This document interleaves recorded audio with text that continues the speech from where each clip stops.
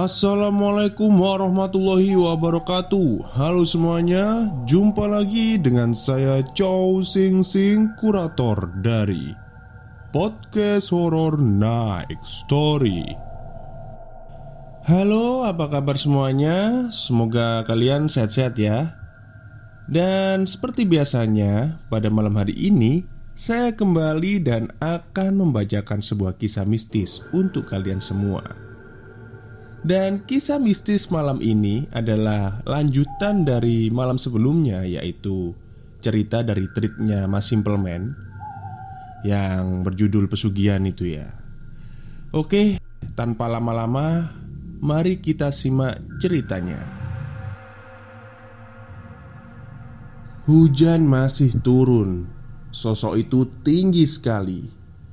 Kini ia membungkuk masih melambai-lambai. Ketika dia tersenyum, sobekan mulutnya dari telinga ke telinga. Anak itu mulai terlihat panik, antara bingung apa harus meninggalkan kawannya dan menyelamatkan dirinya. Sebelum guru ngajinya datang. Anehnya, ketika guru ngajinya datang, sosok yang berdiri jauh itu lenyap, hilang. Sehingga anak itu tidak tahu harus menjelaskan apa kepada gurunya. Malam itu mereka diantarkan pulang, sembari diberi pesan agar tidak mendekati sungai sampai lawit weton lewat. Ada dayoh mampir. Badan yang dulu subur perlahan menjadi kurus kering. Dari lubang hidung dan ujung mata terus-menerus mengalirkan darah segar. Kedua kaki sudah tidak dapat menopang tubuhnya. Sepanjang hari hanya dapat berbaring di akar tikar tipis. Itu adalah gambaran bagi yang bersekutu dengan Widuri. Setiap hari setelah langit menjadi gelap, hujan pasti turun. Dari langit-langit desa dan jalan-jalan desa yang berlumpur, banyak sekali warga yang mengaku melihat orang-orang asing berjalan sendirian dengan menutupi wajahnya, menggunakan kain berwarna hitam pekat. Tinggi mereka berbeda-beda setiap hari. Sebenarnya ketika hal janggal terjadi, orang-orang desa sudah sangat paham. Biasanya, ini pertanda dari sesuatu yang sedang atau akan datang.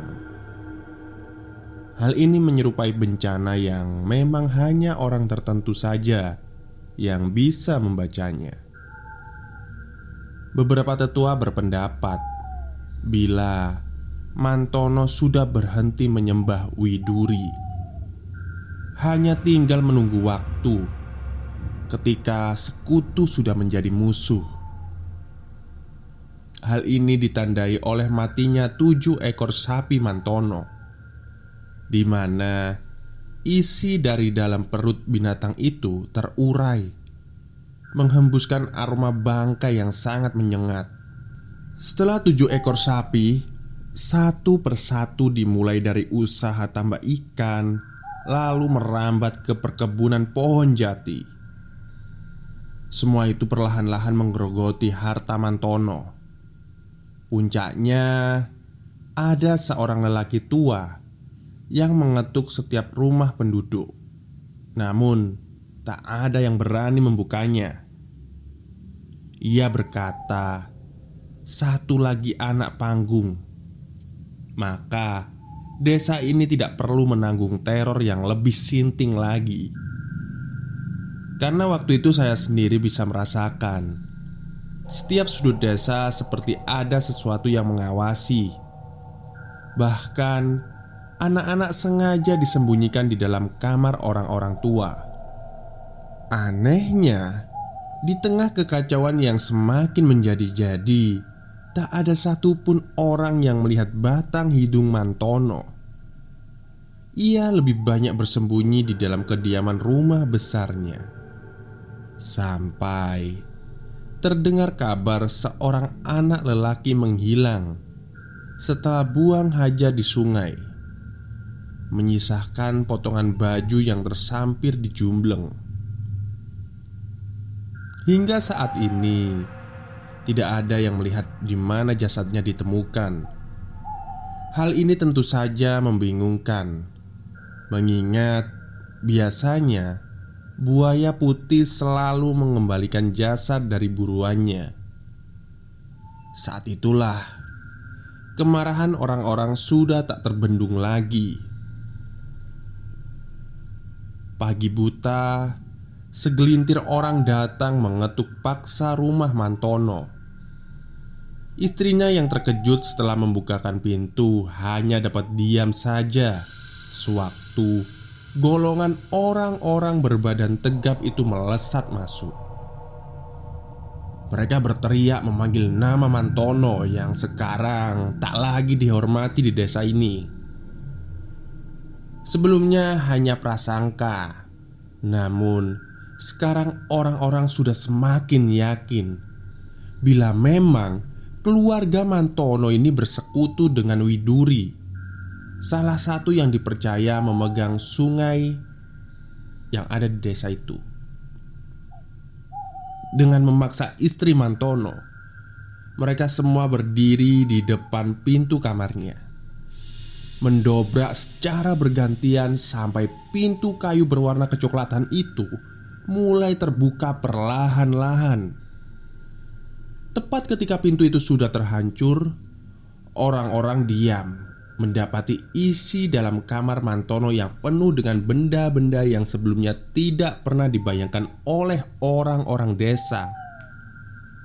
Mulai dari pring petuk sampai kaki kuda, semua lengkap tergantung di atas kamar Mantono. Sementara di tengah-tengah ruangan, mereka melihat Mantono terbaring dengan kondisi perut robek, seperti dicabik-cabik. Anehnya Mantono masih bisa hidup dalam keadaan seperti itu. Istri Mantono seketika berteriak histeris. Sudah lama Mantono mengurung diri di dalam kamar tanpa tahu kondisi yang terjadi. Dan siapa yang menduga bila ada bagian yang tidak pernah Mantono ungkap. Lantas melihat kejadian sinting itu, salah seorang tetangga mengusir semua orang keluar. Orang-orang saling bertukar cakap perihal apa yang baru saja mereka lihat. Gemetar tangan mereka masih belum cukup menutupi ketakutan yang kini menyelimuti diri mereka. Para tetangga rumah memilih diam sementara istri Mantono hanya bersandar di tepi tembok saat pintu kayu ditutup. Sebelum dari luar rumah, seseorang melangkah masuk, mengenakan sarung celana yang familiar. Mantono berjalan dengan langkah kaki yang tenang, sembari seperti sedang menggendong sesuatu. Ia berhenti sejenak. Semua orang tampak terkejut melihatnya, termasuk istrinya sendiri. Salah seorang dari mereka seketika membuka kembali pintu kamar Mantono. Anehnya, dari atas tikar tipis tempat mereka semua melihat Mantono tadi, tidak ditemukan sosok Mantono yang tadi mereka lihat di dalam kondisi tragis. Hanya sebatang logam kuningan yang menyerupai emas yang ada di sana. Mantono pun tampak murka karena larangan yang dia buat tak dihiraukan sama sekali, termasuk dengan istrinya. Bahkan Mantono sempat mengancam akan memberi sesuatu yang sangat buruk kepada semua orang yang berani menginjakkan kakinya di rumah. Istrinya ingin menjelaskan apa yang baru saja dirinya lihat perihal wujud Mantono yang dalam kondisi tragis. Namun Mantono menolak. Ia lebih memilih masuk ke dalam kamar setelah melihat kerumunan tetangga satu persatu mulai keluar dari dalam rumahnya.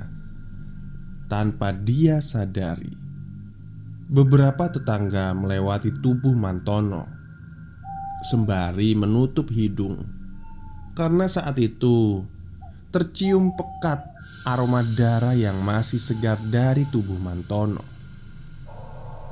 Entah apa yang baru saja mereka lihat. Apakah mungkin gambaran Mantono kelak sudah diwujudkan oleh pesan yang baru saja mereka saksikan bersama-sama?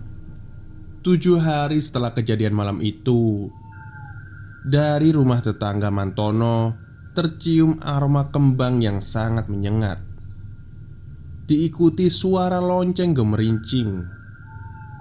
Seorang wanita tinggi datang berkunjung, di mana Mantono sendiri yang membukakan pintu. Wanita asing itu harus menunduk untuk melewati pintu.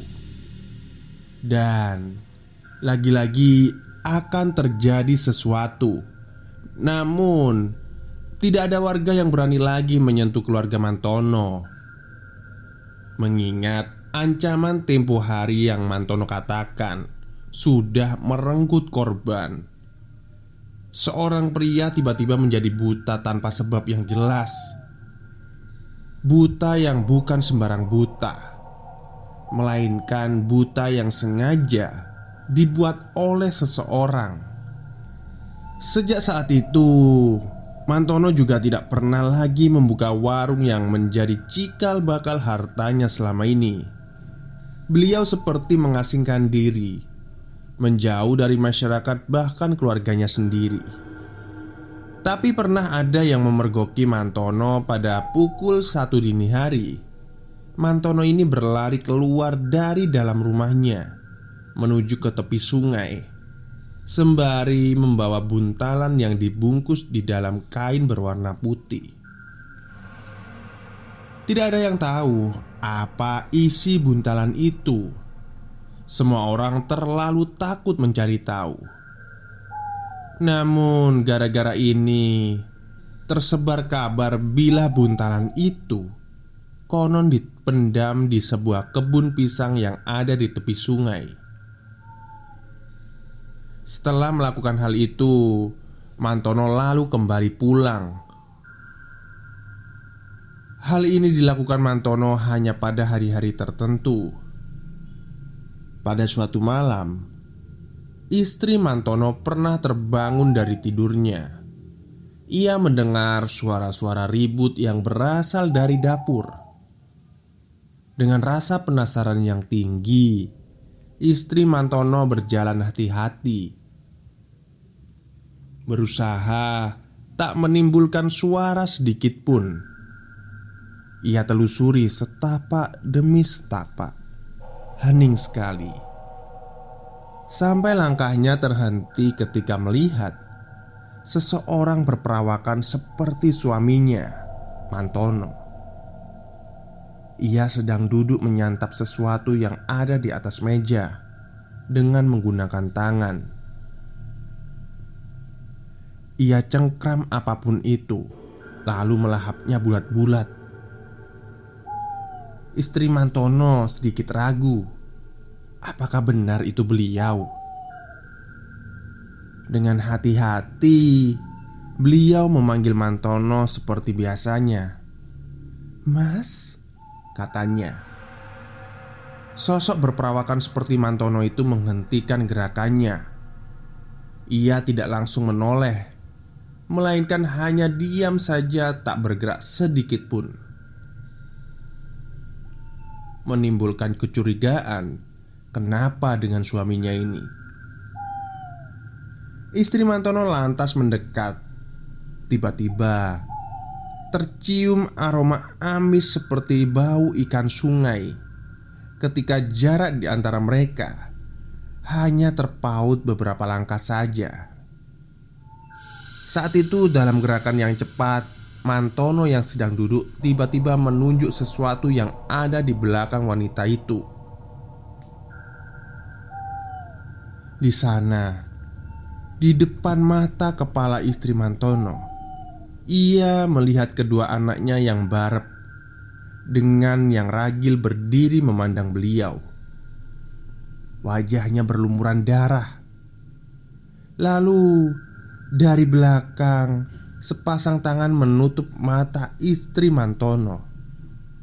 Dan terdengar bisikan, "Gak apa-apa, ini adalah salah satu perjanjian dengan suamimu." Gemetar sekujur tubuh istri Mantono waktu itu. Namun tidak ada yang dapat dia lakukan. Dengan langkah kaki perlahan, sosok yang membekap istri Mantono seperti ingin menuntun dirinya ke suatu tempat. Dari sekitar tubuhnya, pakaian yang istri Mantono kenakan terasa seperti ditarik-tarik oleh tangan-tangan mungil. Sembari terdengar isak tangis yang meminta tolong. Suaranya sama persis dengan suara kedua anaknya. Entah mereka benar-benar anak kandungnya atau bukan. Tak lama kemudian, terdengar suara pintu berderit, diikuti suara yang familiar. Suara mengerang dari seseorang yang kesakitan. Mata istri Mantono lalu dibuka sebelum sosok itu lenyap tak nampak lagi. Tapi istri Mantono justru tertuju pada pemandangan sinting yang ada di hadapannya. Di atas karpet, Mantono tengah berbaring sambari menggaruk tubuhnya yang dipenuhi darah segar. Tak hanya itu saja, dari dalam duburnya juga mengalir darah mengenang di atas lantai. Tapi yang paling mengerikan di antara semua ini adalah perut Mantono yang menyerupai wanita hamil. Mantono terus mengerang, berteriak-teriak sembari mencakar sekujur tubuhnya. Dari balik sarung yang menutupi bagian bawahnya, terlihat sesuatu keluar, menggeliat. Tak lama kemudian, perlahan-lahan perut Mantono mengecil. Istrinya menatap ke sosok yang masih melihat itu di balik sarung kain. Mantono yang mulai bisa mengendalikan dirinya sontak terhenyak ketika melihat sosok istrinya berdiri di muka pintu. Ia lantas berteriak kepadanya, "Bangsat, pergi kamu! Jangan sampai bayi demit ini melihatmu!" Istri Mantono masih diam, tercengang di muka pintu. Ia ingin melihat sosok di balik kain sarung tersebut. Namun Mantono menghalangi.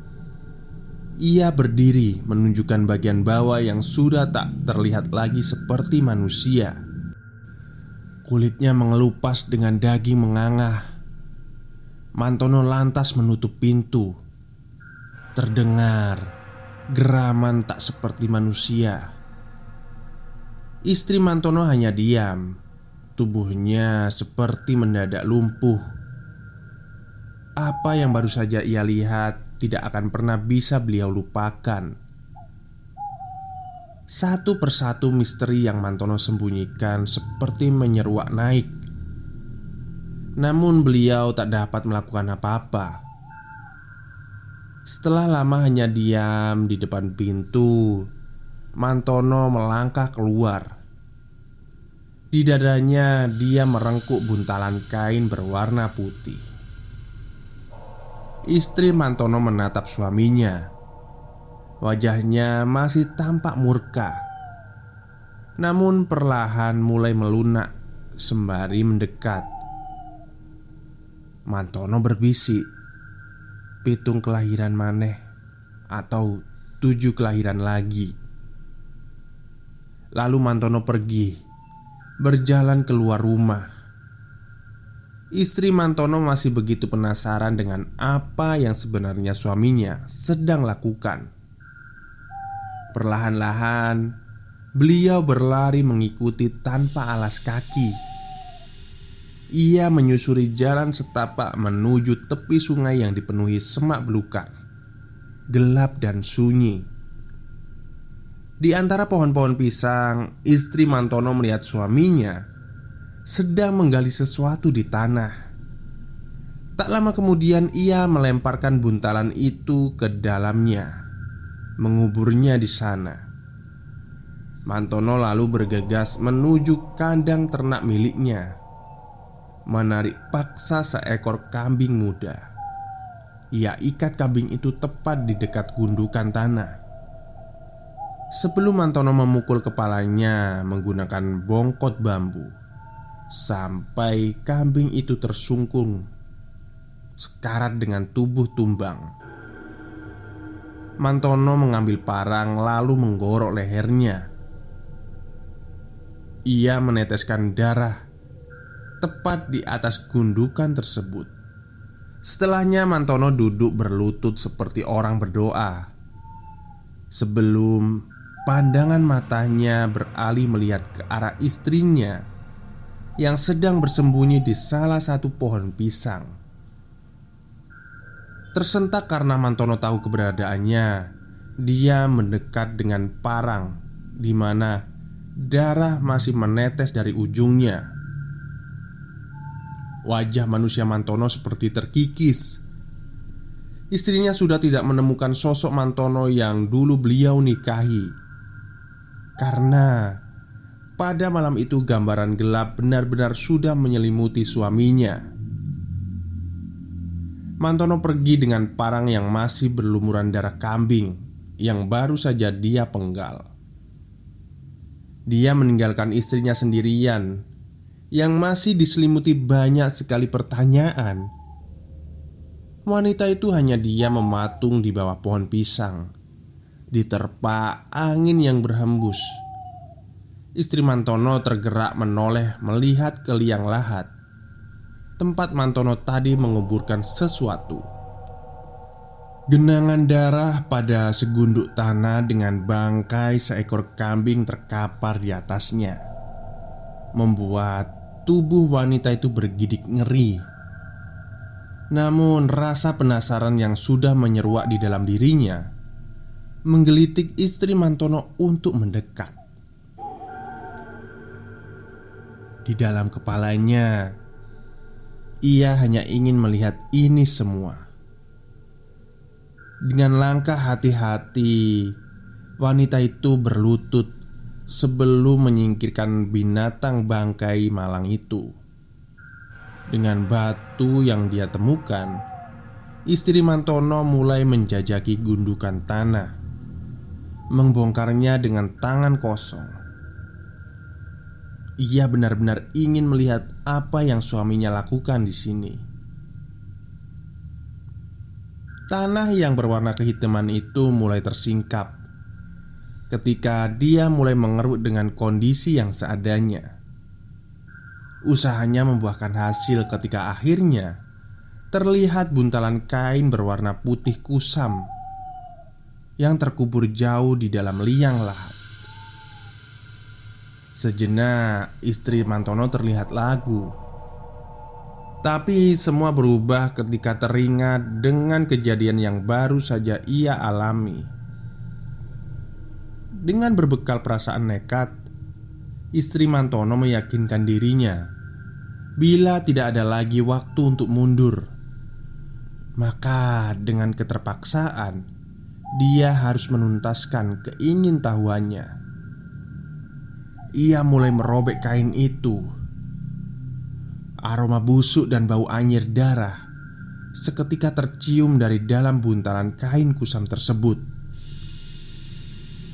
Hal itu membuka istri Mantono memalingkan muka. Namun keingintahuannya sudah tak berbendung lagi. Ia paksakan diri untuk melihat apa yang ada di dalamnya. Seketika itu juga istri Mantono terdiam. Ia langsung terdiam begitu tahu apa yang ada di dalamnya. Sebentuk wujud dari gumpalan daging berwarna putih pucat dengan lendir, serta genangan darah kental yang menyelimutinya. Istri Mantono mencoba mencari tahu. Maka ia merobek lebih lebar lagi kain itu. Dan ketika ia menyentuhnya, Istri Mantono hanya dapat memandang gelisah benda itu, sembari bergerak merangkak mundur. Sensasi itu pernah dirasakan oleh istri Mantono. Urat dari segumpal daging yang baru dirinya sentuh menyerupai rupa dari gumpalan daging janin ketika lahir. Tapi janin mana yang memiliki rupa perangai seperti buaya? Maka kejadian ini membuat istri Mantono terjerembab jatuh, tergulung tanah di bagian sungai. Dan ketika wanita itu terbangun dari tempatnya, ia dibuat terhenyak ketika menyaksikan ada puluhan gundukan lain dengan bangkai kambing di atasnya. Sejak saat itu tidak ada ketenangan lagi dalam hidup istri Mantono. Setiap hari ia diliputi ketakutan, bahkan ketika malam datang dan tiba-tiba Mantono melangkah keluar dan masuk ke dalam kamar khusus. Ada kengerian tersendiri yang merujuk pada suaminya. Mereka tak lagi saling berbicara. Pada suatu waktu, istri Mantono sedang berkunjung ke warung kupang yang konon ia percaya sebagai sumber penghasilan utamanya. Warung yang sedang ramai dipenuhi oleh orang bermobil tentu menjadi pemandangan yang biasa.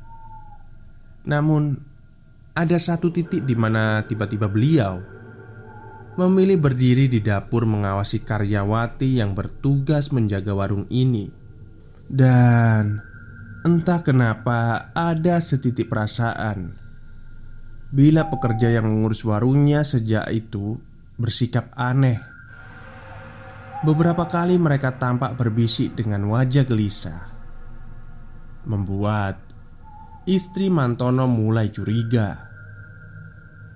Dengan bersikap pura-pura tidak tahu, istri Mantono berjalan pergi sebelum ia kembali. Saat itu juga ia mendapati salah satu karyawatinya menuangkan sesuatu ke dalam panci dari sebotol air berwarna merah kental. Istri Mantono seketika mendekat, lalu bertanya, benda macam apa yang baru saja ia masukkan. Gadis muda itu tampak kebingungan.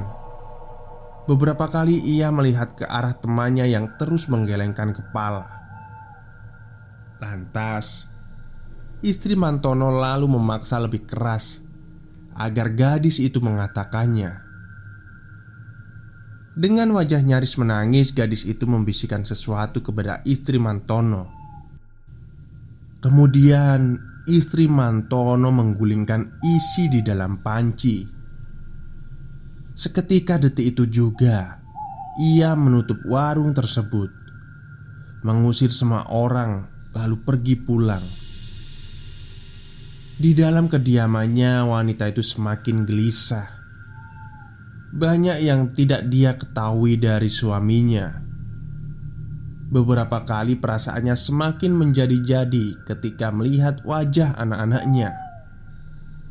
Sampai ia tiba-tiba melihat Mantono memandang dirinya. Ia baru saja keluar dari kamar pribadinya. Wajahnya tidak dapat ditebak sama sekali.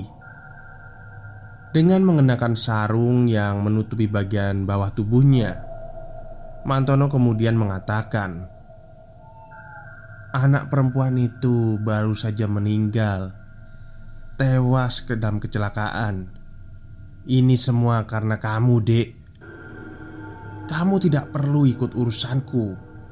Malam itu istri Mantono tidak dapat tidur karena sejak tadi di sudut kamarnya, gadis karyawati yang baru saja tewas berdiri di sana menatapnya. Kegilaan ini semakin memberangus mental istri Mantono. Semakin hari beliau bertambah gelisah. Selain itu, satu persatu pekerjaannya mengalami sesuatu yang ada di luar nalar. Usaha las besi yang dimilikinya tiba-tiba mengalami kebakaran hebat. binatang ternak mati mendadak. Hal ini membuat wanita itu terus berteriak di luar kamar Mantono. Ia menjerit bila semua ini akibat ulah Mantono, bukan dirinya. Namun setiap kali Mantono keluar dan berkata hanya tinggal 2 lagi, istrinya malah menjadi semakin marah. Puncaknya, hari itu dengan membawa anak-anaknya, ia pergi dari rumah itu. Kepergiannya ini menjadi puncak segalanya. Karena siapa yang menduga bila selama ini di luar perakirannya, sejauh apa langkah Mantono melakukan hal sinting ini didasari rasa ingin memberi untuk keluarganya, meski harus mengambil yang bukan miliknya. Malam itu Mantono disambangi oleh sosok Dayo yang selama ini memikulnya. Widuri datang meminta tumbal. Akhirnya dari segala perjanjian, Mantono harus segera melunasi. Lawit weton belum lewat, namun Mantono sudah harus menanggung akibatnya. Baik, terima kasih kepada para pendengar yang sudah mendengarkan podcast saya malam ini ya. Dan ini adalah part 2 dari pesugihan, dari video saya yang berjudul Pesugihan, yang saya bacakan dari tweetnya Mas Simpleman. Judul aslinya itu ngunduh duit atau mengambil uang. Dan sepertinya ini kalau saya lihat ceritanya ini belum selesai. Kayaknya ada part 3-nya. Karena apa? Di bagian terakhir ini masih ngambang gitu. Kalau saya ya melihatnya itu seperti itu. Oke, mungkin kita tunggu aja part 3-nya karena belum muncul di Twitternya Mas Simpleman. Nanti saya teruskan membacanya. Baik, mungkin itu saja pada malam hari ini yang bisa saya sampaikan. Semoga Anda semua terhibur. Dan mohon maaf bila suara saya agak parau ya, karena kebanyakan es waktu buka. Oke, mungkin itu saja. Selamat malam dan selamat beristirahat.